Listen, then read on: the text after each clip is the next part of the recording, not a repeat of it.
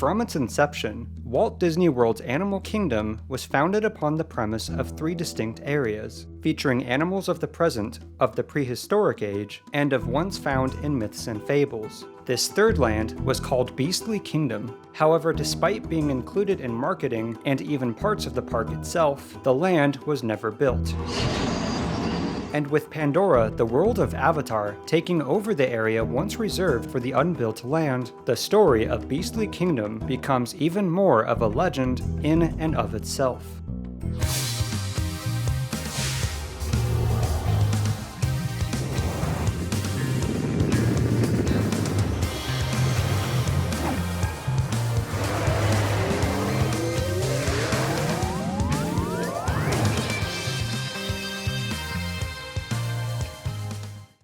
In the summer of 1993, Walt Disney World guests from all 3 parks were selected to take part in a survey at various backstage locations, where guests were shown a video taking them through a conceptual tour of what would later be known as Disney's Animal Kingdom. Many aspects of this proposed theme park intrigued guests, including a land with an immersive East African safari featuring live animals, and a dinosaur-themed land featuring a ride involving time travel. But one land scored a higher interest level above all the rest, and that was Beastly Kingdom. We can charge anything we want, $2,000 a day, $10,000 a day, and people will pay it.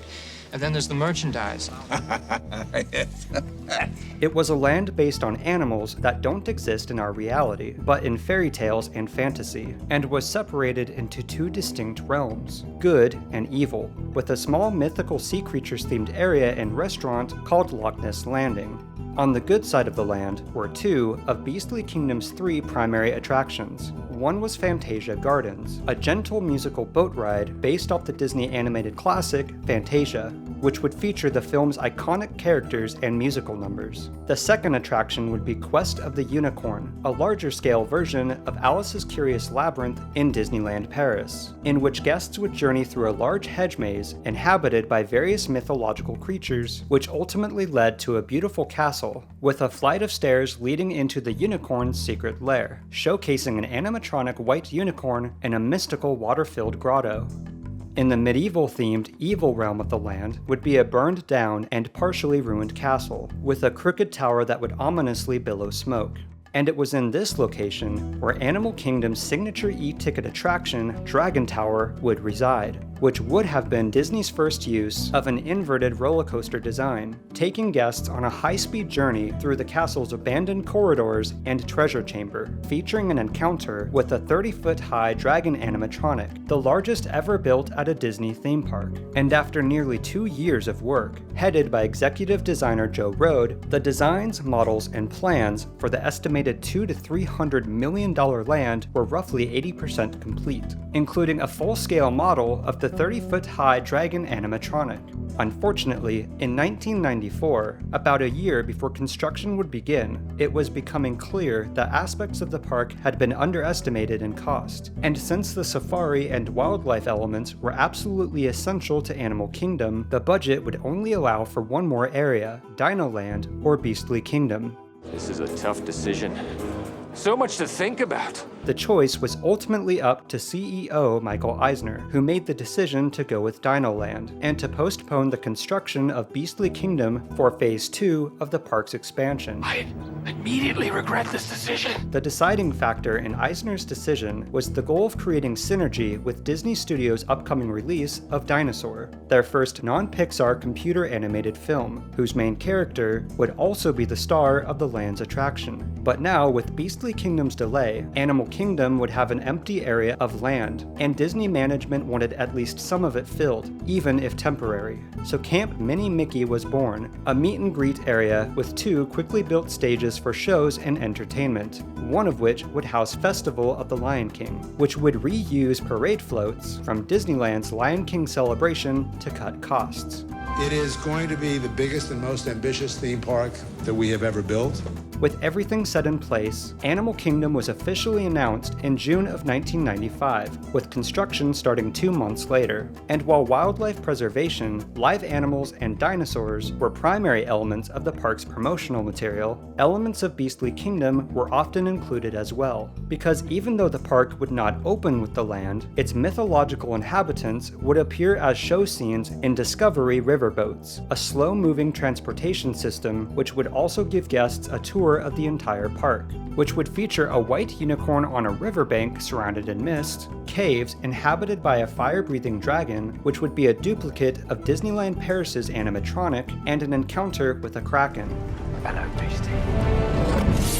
But as the costs of the park continued to grow increasingly over budget, especially with the housing and maintaining costs of the live animals, there would only be enough left to build the dragon caves and animatronic. But despite already being included in early marketing and promotions, Michael Eisner decided to forego the dragon and instead create a full-scale animatronic of the dinosaur ride and movie's main character. What is that? He's an iguana. So with a fraction of the original budget, only a small-scale animatronic-less version of the planned dragon show scene was included, with Slade and skewered knights and armor scattered around the scene. However, during Animal Kingdom's cast member and pass holder previews, not unlike the dead red elephant in Kilimanjaro Safaris, complaints came in that the depiction of the slain knights were too graphic and were immediately removed. None of this mattered much, because when Animal Kingdom officially opened to the public on April 22, 1998, the ride was generally hated among guests, and it was closed down less than 2 years later, which included the removal of the dinosaur animatronic, which eventually wound up for a time on Disneyland Paris's studio tram tour in a rather unfortunate state of decay.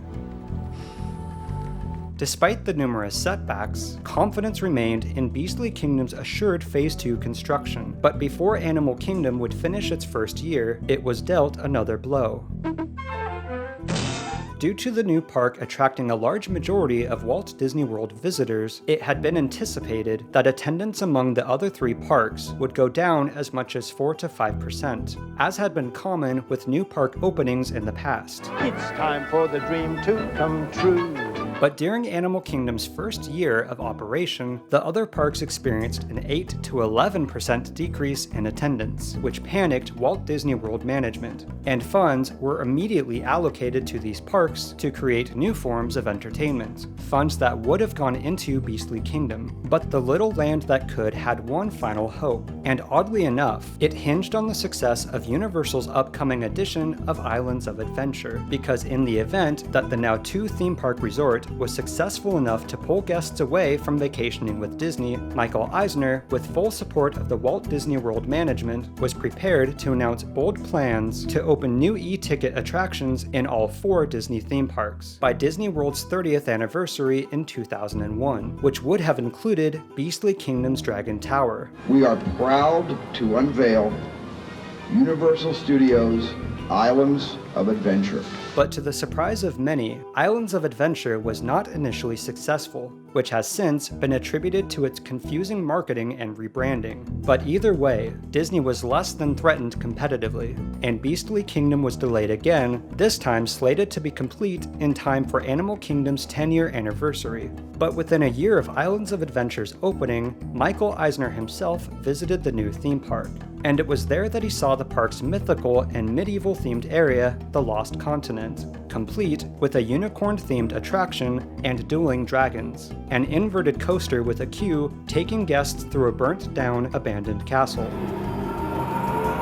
Much speculation has been made over the years, but evidently, Imagineers who had worked on Beastly Kingdom and were let go from the project during its initial delay wound up at Universal Studios, right around the time they were conceptualizing Islands of Adventure, and it is believed they incorporated various concepts and designs into Universal's Lost Continent. Suffice to say, this was the last nail in the coffin. Beastly Kingdom was dead.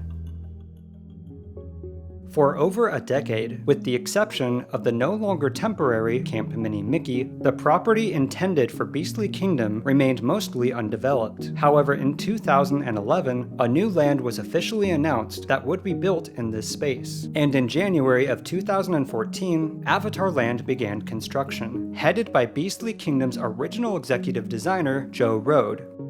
Elements of Beastly Kingdom's complicated history still exist in the park today, both inside and out, as a constant reminder of what could have been.